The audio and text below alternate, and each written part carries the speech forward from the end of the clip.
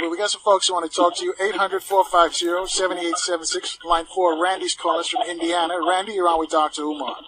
Hey, hello there. Pleasure to talk to you, Dr. Umar. I'm asking this question, and it may sound a little bit like something like I'm trying to be a little bit flippant, but I'm not, because I'm talking about what will logically occur if the transformations that you speak of took place. So my question is this.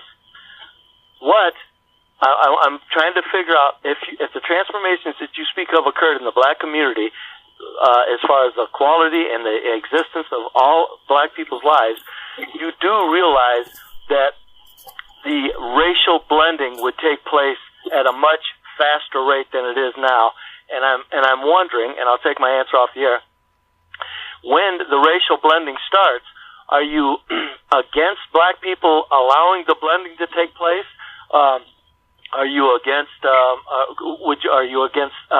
Would you want to stop black people from blending with white people, or would you accept the fact that people are now much more attracted to the black race due to the transformations you speak of? And would you just let the general, as Dr. Francis Cress-Welsing speak, the dwindling of the white genetics take its place and absorb white people however it happened? In other words, at what rate? Randy, I got to cut you there because we got to go for a break. I'll let Dr. Umar respond on the other side. Folks, you too can join the discussion. Reach out to us, 800-450-7876. All your calls next on AM 1450 and FM 95.9. WOL, where information is power. But right now, before we left for the break, we're speaking with Randy in Indiana, and he wanted to know about the blending. He thinks what you are saying, Dr. Umar, that there will increase the more blending of the races. Your thoughts? I agree with him, Carl, to an extent, because the self-hate that we have for one another, and we already know that educated black men marry outside of their race more than all other men in America as a percentage marries outside of theirs. There is some truth to what he's saying. However, that is exactly why we are going to have to Africanize the entire community. Because if all you do is economically empower black folk, but you do not psychologically empower black folk, then he's exactly right. You will have a mixing that will ultimately destroy the economic progress of that independent black community, because black men and black women will be in a rush to amalgamate across racial lines, thereby giving all of that hard-earned wealth over to white folks. And what I need people to understand, when I talk about my opposition to interracial marriage, it has nothing to do with the hatred for other people. It has everything to do with the love for black women. Marriage is economic as much as it is emotional. And because it is economic, and because women generally live longer than men, when a black man marries outside of his race, Carl, when he dies, and he's likely to die before his wife, all of his wealth, all of his assets, all of his liquid earnings will be given over to white folks, and those white women who these black men marry are just as racist as any other white person. And I haven't heard yet of any of these white widows of black billionaire husbands or millionaire husbands taking any of that inheritance and dropping it off in the black community so we can use it to our best interest. It is the greatest act of treachery, the greatest act of treason, the greatest act of betrayal for a black man to marry a woman outside of his race, because in essence, you are empowering white people against your own people. 800-450-7876. Let's keep moving then. Johnny's calling us from Long Beach in California. Johnny, you're on with Dr. Umar. Hey, Carl. Thanks for taking my call. How you doing, Dr. Umar? Dr. Umar, the last time we talked, we were talking about the black and, about the black and white issue. And you said something about that you would have to, part of you in your program, you would have to be married to a black woman. So when I hear you talk about Obama, he did marry a black woman by him being half white and half black, using that analogy. But you didn't say that he would be accepted into your program. It's like, it sounds, I don't know. I'm just it sounds to me when you talk about people can't be in love with someone that's the opposite side of them, and they have to be low self-esteem. I'm sorry, I don't buy that analogy. I mean, but that's my personal opinion, because I feel as though when we talk about black people, black men marrying white women, are those black men really spending money in the black community anyway? Dr. Umar? Thanks, Johnny. Okay. If your choice of being with a white woman is purely motivated by love of her and not a love of wanting to be accepted by her race, can you please show me a rich white woman who is married to a poor black man? If this is all about love and it has no political or psychological aspects to it, if it has no post-traumatic slavery disease involved, why can I not find a rich white woman who fell in love with a poor black man? Hold that thought right there, Doc. We got to take our last look at the traffic. And folks, this challenge he just threw out to you. I'm going to let you finish responding to Johnny. You threw out a challenge there from Johnny from Long Beach, California. A challenge to him. You want to repeat the challenge? Exactly. If love is pure and love is blind, where are the rich white women married to poor black men? Love is not pure. Love is not blind. Who you are attracted to, Carl, is a function of your value. If you don't value white people, there's no way you will expose yourself to white women romantically. You cannot fall in love with someone who you don't have contact with. Dr. Umar Johnson works around white women. I went to school with white women. I see white women. I've had white women send me emails, send me gifts, all type of stuff. I don't value white culture, so I have no reason looking for a relationship with a white woman. One of the biggest symptoms of mental illness, Carl, is denial. And when it comes to denial about our racial inferiority, black people are in an intergenerational quagmire. We still don't want to admit that we feel racially inferior. We still don't want to admit that we see white folks as superior. There can be no economic equality until there is psychological equality. Until we establish psychological equality in our mind, we will never be equal to white folks. 800-450-7876, line 5. Jerome's calling us. He's in the district. Jerome, you're on with Dr. Umar. Is Jerome there on line 5? I'm not hearing Jerome. He's supposed to be there. All right, we'll keep moving. Let's go to Ramsey on line 6 then. Ramsey's also in D.C. Ramsey? Hey, how you doing, Carl, with Dr. Umar? I sat out in the car for 15 minutes listening to, until y'all took a break to come in here because I was loving everything he was talking about. Because I'd be saying the same thing about taking over the economics and the security of our own neighborhoods, controlling our stores and everything. But when I came in and I heard him talking about President Obama and that he has never done anything for black people, my first thought, what president have ever done anything for black people? President Obama couldn't do anything for anybody. You know, what he did, everything he did with them executive orders could be erased. So what I'm saying, nobody complained about Bush when he was in office to talk about him, but I just resent the fact that the black president, a black man, would get on the air and just put him down like that. When the reality is nothing no president has done for black people and never will. Why? Because we're not citizens of the United States. If we were citizens of the United States, we wouldn't be talking about no Voting Rights Act. The Dred Scott decision has never been rescinded. It has never been rescinded. That's why we'll never be accepted. We are hated in this country. And you're right about black people having an inferiority complex. But why? You know, so I deal with reality. Whatever a person think and believe in their heart, that's their reality, whether it's right or wrong. What I'm saying to you, in all due respect, I think you're really wrong, or anybody else is wrong, saying that President Obama didn't do anything for black people. All right, Rams, because you're repeating yourself. Let's give Dr. Umar a chance to respond to what you just said. I thank you for your call. Indeed. And I agree with what my elder said. And allow me to clarify. He's absolutely right. No president has ever done anything of substance for black folks. But most presidents have at least tried to act like they were going to do something for black folks. They put out superficial programs that did not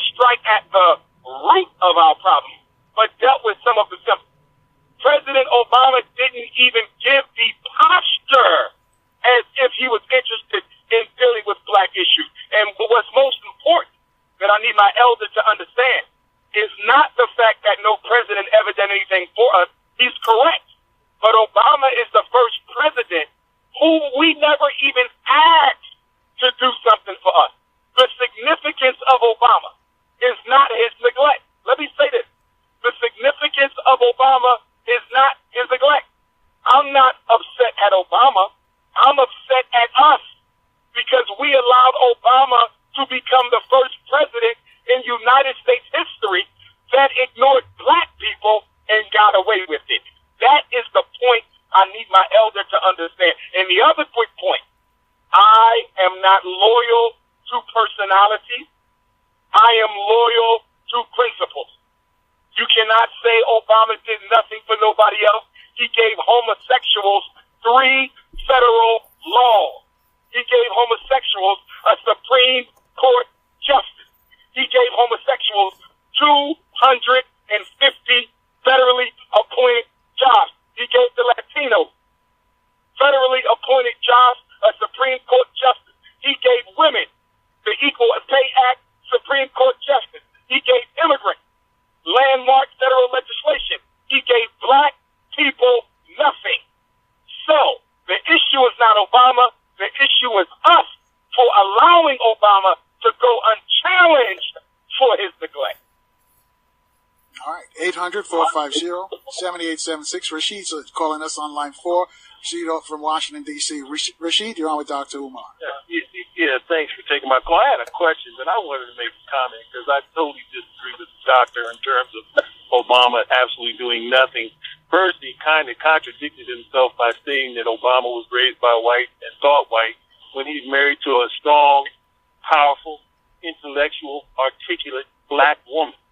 Secondly, that Obama had, I know a number of people here in the Washington, D.C. area, due to the programs that he implemented, are in their homes today and not foreclosed on because he implemented programs to allow that to stop happening. He put caps on credit on interest rate so they wouldn't gouge you.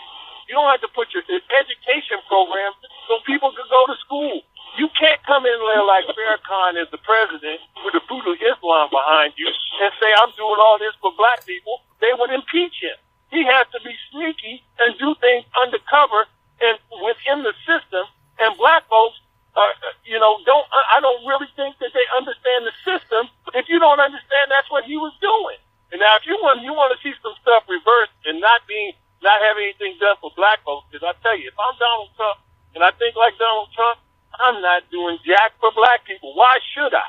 I wouldn't have to do anything for them because they're going to still spend money in my places, in white institutions and white places. I don't have to do anything for you. They treat you like dirt and still keep it moving. Now, my second question is, because I'm a nationalist, at this event in Baltimore, are they going to lay out a plan? Because I'm standing in the front line. Are they going to lay out a plan to help in terms of programs to help? Because reparations, the only way reparations would ever work, it can't be a check. It has to be some kind of, you get a free education or you don't pay taxes. But they can't put a check on slavery or a reparation to every African American. I mean, what's the price? What would the price be? What kind of check would they write? The only even distribution would be that, okay, you don't have to pay tax, and or you get a free education. Take your choice. I mean, that's the only way I think it would work. That's my comment. All right. Thanks, Rashid. Dr. Umar? Okay. Dealing with the reparations piece first, I would say that the brother needs to listen to some of the previous interviews that you have had on this show with me, because I've already laid out my position on reparations, and I do agree with him that money should not be on the list for reparations. Why? Because money runs out, but the benefit of slavery to America will never run out. America will never be without benefit from African enslavement. So whatever we get for reparations, likewise, should never run out, so should not include money. Now let me deal with his first comment, which I totally disagree with. I don't give a damn how black Obama's wife is. I know thousands of black men married to so-called strong, articulate, educated black women who don't do a damn thing for black people. Neither has Michelle Obama done a damn thing for black people. So the fact his wife is black means nothing.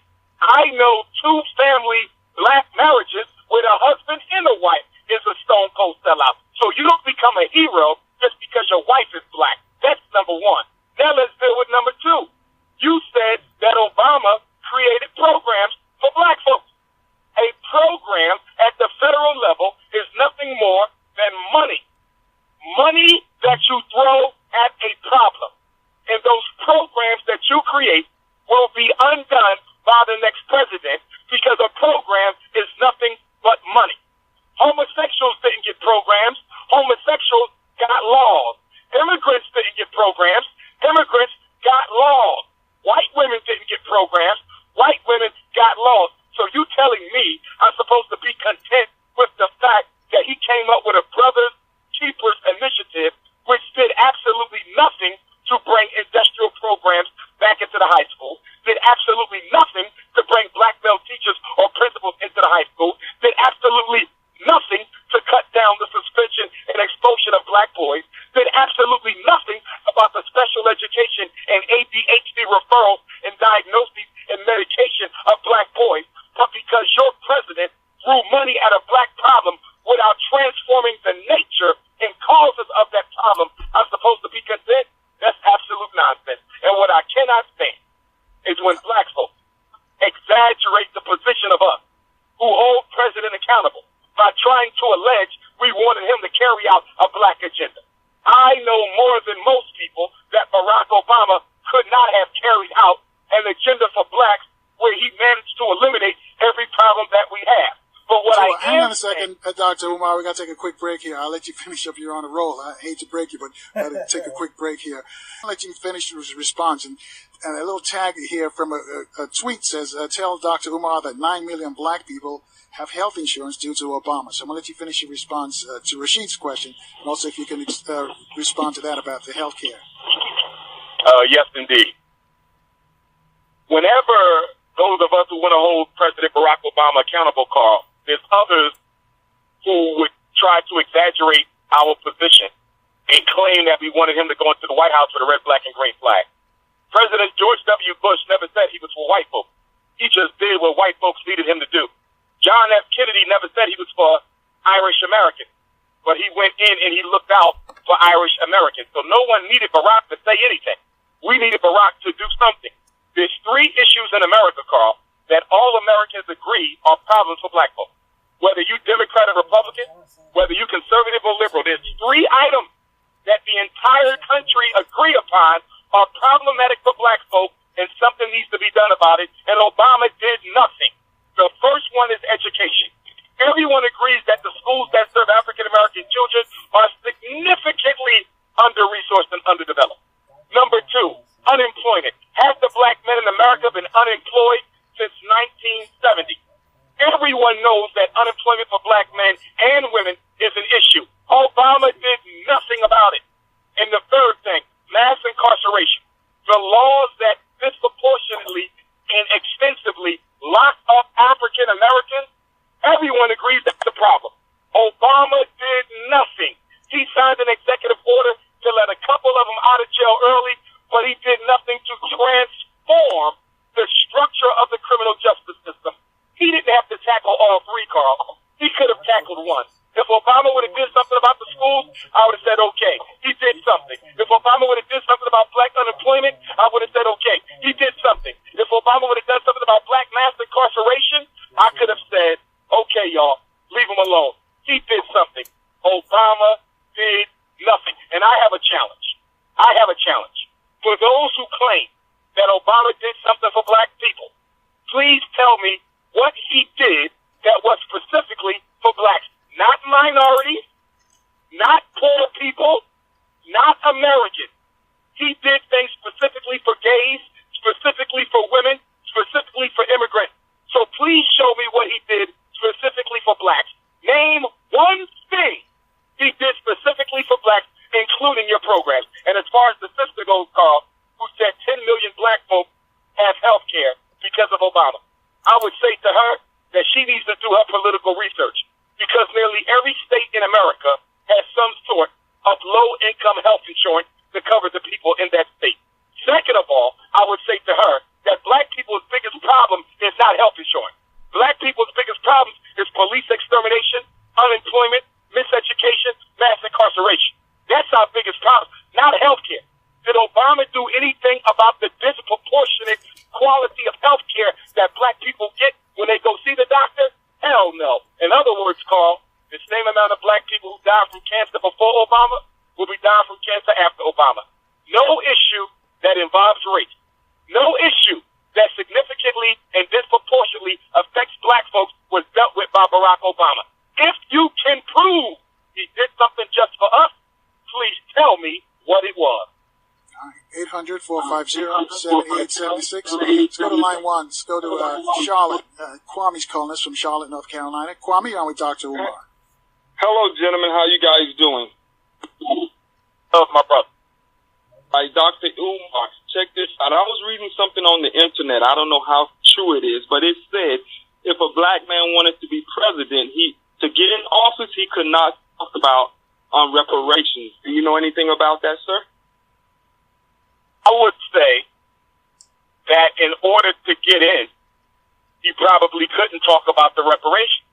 But what happened last month, 2 months ago, in October, a special panel of the United Nations had concluded that America owes black people reparations for slavery. This is only 2 months old. This is historic. The United Nations Research Panel has concluded that we are owed reparations, and not a single black mainstream organization, except the reparations organization, whom I love and support, not a single black organization moved out on that UN resolution. You know why we didn't move out on that UN resolution?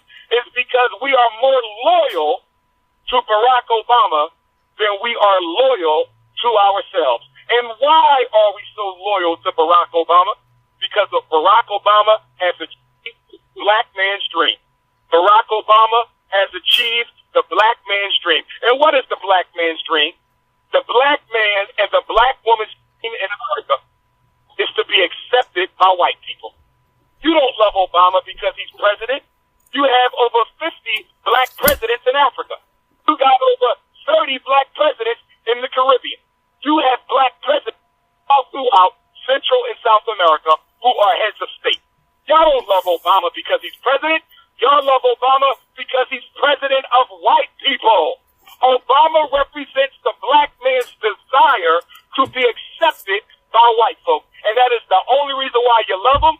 That's the only reason why you defend him, because he did what you wish to do, to be condoned, validated, approved, and pat on the head by white folk. All right. Kwame? Sir, thank you for that, sir. I have another question, if you don't mind. You know, there's a lot of sisters that's making it hard for brothers to get with them. I talk to a lot of brothers, and they say, man, I'm tired of dealing with this hard. She's too hard. So they do step across the line and go to the other races.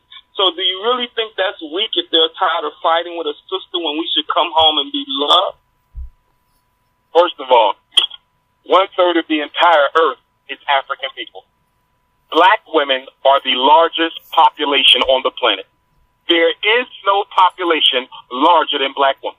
I cannot accept that excuse, because if that particular woman is too, quote unquote, rough, find another one. And if you can't find her in D.C., find her in Baltimore. If you can't find her in Baltimore, find her in Detroit. If you can't find her in Detroit, find her in Texas. And if you can't find her in America, find her in Angola. Find her in Senegal. Find her in South Africa. Find her in Nigeria. Find her in Jamaica. Find her in Bermuda. Find her in the Barbados. There's too many African women around this planet who come with too many different personalities, too many different looks, too many different sets of goals, too many different spirits for a black man to say, I cannot find a black woman that is conducive to my needs. That is absolute nonsense. It is an excuse, and I will not accept it. All right. Thanks, Kwame, calling us from Charlotte. 800-450-7876. Dr. Ed is reaching out to us from the district. He's on line 3. Dr. Ed, you're on with Dr. Umar. Let me tell you something. I called into your show many times. I'm Dr. Ed Dowdy, and to your guest, Carl Nelson, in all due respect, let me talk before you say anything. Please don't talk over my words. And I'm an African-American scientist. Please. Well, all due respect, Dr. Ed, we still got a bunch more folks who want to get on as well. So I don't want you to go on long. I want to get be in mind of the other people who want to speak to Dr. Umar as well. I'm going to be quick. African American women in this country are highly educated. You know, the education gap is closed now, and African American women are doing great things. They're getting advanced degrees and have very good knowledge and so forth. And it's closed the gap. I taught in many different universities. I taught here at Howard University, Cheney University, and a lot of other universities around the world, and also in Deutschland, University Heidelberg in Deutschland. I speak German and Spanish. And we're doing great in this country. The thing here is we have a devastating president-elect that's going to be. You think if we don't get it together, first of all, Carl, you got to broadcast facts. Make sure your information is fact-checked. And Carl, you have the power to do so. All right, Dr. Ed, please address the guest. You can address me tomorrow on Friday, open phone Friday, because it's disrespectful to have a guest and you want to continue a conversation with me. I don't want to disrespect him. You've got 3 hours with me tomorrow, so put your question on. I'm going to move on. Put your question to Dr. Umar. Question to him. The thing here is, how can they encourage our people to vote? One of the things is, in this country, the most power we have in this country is to vote. And we're going to be dealing with this thing 8 years. If the vice president of Trump runs, we're going to be dealing with it 16 years. And that's a fact. This president is going to go down in history as the greatest president this country has ever had. And that's a fact, too. And the thing is, I'm covering this thing from fact-check knowledge. And I'm a scientist, right? An African-American scientist. Thank you very much. All right. Thank you, Dr. Ed. He says that Obama's going to go down as the greatest president ever. Dr. Umar? We know that is an absolute untruth, Carl. In fact, one of the reasons that Donald Trump is president is because white America wanted to purge the White House of all melanin. One of the reasons Hillary Clinton lost the election is because she once served as President Obama's Secretary of State. They wanted to get rid of Obama. They wanted to get rid of anybody like Obama. They wanted to get rid of anybody who was with Obama because Obama was a black man. What I did love about white folks putting Donald Trump in office is it taught Barack Obama and all these bougie Negroes a lesson. They taught Barack Obama the same lesson they taught O.J. Simpson. They taught Barack Obama the same lesson they taught Oprah Winfrey. They taught Barack Obama the same lesson they taught Tiger Woods. Don't you ever think, no matter how high we place you, that you will ever be anything more than an N-word to us. When Barack Obama told America that I need you to elect Hillary Clinton, because if you elect Hillary Clinton, that will be the icing on my cake. That will be the exclamation point on my presidency. Right. Hang on a second, Doc. We got to take another break. I hate to stop you when you're on a roll, but we got to take this break. I'll let you folks join in on AM 1450 and FM 95.9 WOL, where information is power. Dr. Umar, I'm going to let you finish up what you were saying before we left it for the break. One, and when you listen to a lot of your callers today, Carl, with all due respect to them, they place an enormous amount of attention on Donald Trump becoming president. Very few of them look at the role that we play in our own reality. We are not passive victims. We are active victims. The statistics that I put out earlier during the show, we have the ability to change it ourselves. I don't care about no Donald Trump. Barack Obama put you to sleep because you asked him to put you to sleep. Donald Trump is going to wake you up because you want him to wake you up. The president can only affect us to the extent that we do not have a reality for ourselves. Do you see Chinese going crazy because Barack Obama got elected with joy? Did they celebrate in the streets like Negroes did? Or do they have a doom and gloom because Trump has won?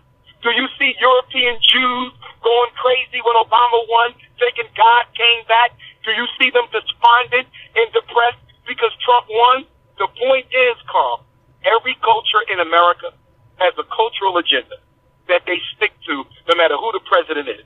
And if you have that cultural agenda, irregardless of who the president is, if you have your vote organized as a people, and if you have your money organized as a people, then you will be able to play your hand of cards. You will be able to get your objectives achieved, no matter if the president is black or white, Democratic or Republican. We have a very dysfunctional and unhealthy approach to electoral politics. What about that $4 billion in alcohol we spend every year? Well, how about we deal with that instead of Donald Trump? How about the $9 billion our sisters spend on perm and weed that we could use to put black men who they claim they can't find to work? How about we take that $2 billion that black men is spending on sneakers and take that money and create after-school jobs for black children all across America? Why don't we look at at our own political and economic retardation that we could change overnight? I could care less. In fact, Carl, if they want, they can go dig up Adolf Hitler and make him president of the United States, and it wouldn't mean nothing to me, because our destiny is in our hands. It is not in the hands of the president of the United States. All right, 800-450-7876. Michael's calling us from Columbus, Ohio. He's on line 6. Michael, can you make it quick for us? Yes, thanks for taking my call, and all blessings to Brother Umar. My thing is to those callers that call in that are happy with their positions in white supremacy, that turn their back on their children and don't know why they're confused. We send them to be educated by these people. When that scientist calls in and says he's a scientist and all, who educated you? You're not the Imhotep. We're the first scientists, but you got educated by a white institution. Our kids are being confused because they have no culture.